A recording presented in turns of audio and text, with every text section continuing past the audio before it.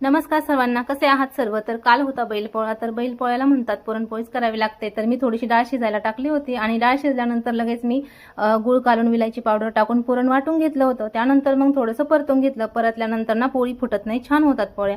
तर इथे लगेच पीठ पण मी भिजवून घेतलेलं होतं आणि लगेच मग इथं मी कुरड्या तळून घेतल्या होत्या. नैवेद्यासाठी भजे पण तळायचे होते. कुरड्या 2-3च तळल्या होत्या, कारण की कसं आहे ना, जास्त कोणी खात नाही त्यामुळं.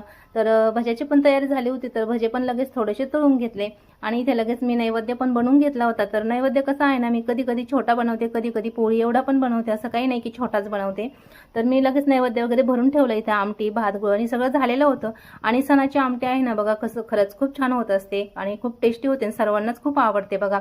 तर त्याचं कारण आहे ना, डाळचं पाणी वगैरे असतं ना, त्यामुळे खूप छान होते आमटी. तर इथे ना माझ्या उंड्याचं असं गोल गोल बनवत असते बैलांच्या कानात घालायला. तर मी पण बनवलं होतं. लगेच मग पूजेसाठी इथं मी गहू वगैरे घेतले, गव्हाची रास घालून घेतली आणि इथं लगेच बैलांची मांडणी करून घेतली. तर 4 बैल आणि 1 गाय असते बघा याच्यामध्ये. तर लगेच मी इथं थोडीशी रांगोळी पण काढून घेतली होती. इथं फुलं वगैरे सर्व ठेवून घेतलं होतं. हळदी कुंकू लावून घेतलं, लगेच पूजा करून घेतली मी आणि त्यानंतर लगेच नैवेद्य भरून ठेवलेला होता. तर नैवेद्य घेऊन आले आणि लगेच इथं दिवा वगैरे लावला मी आणि मग इथं उंड्याचं बनवलेलं ते बैलांच्या कानात घालून घेतलं आणि त्यानंतर इथे नैवेद्य ठेवला मी. लगेच त्याला पाणी वगैरे फिरवलं आणि मी दर्शन घेतलं. त्यानंतर मग लगेच राशिकाने पण दर्शन घेतलं, तिच्या पप्पांनी पण दर्शन घेतलं, सर्वांनी दर्शन घेतलं. पण बाकीच्यांचं शूट नाही केलं, त्यांना व्हिडिओमध्ये यायला नाही आवडत. तर माझ्या फक्त राहिल्या होत्या पोळ्या करायच्या. तर मी लगेच पटपट अशा पोळ्या करून घेतल्या. तर पोळ्यामध्ये ना मी पीठ भिजवताना थोडीशी हळद टाकली होती पहिल्यांदाच बघा.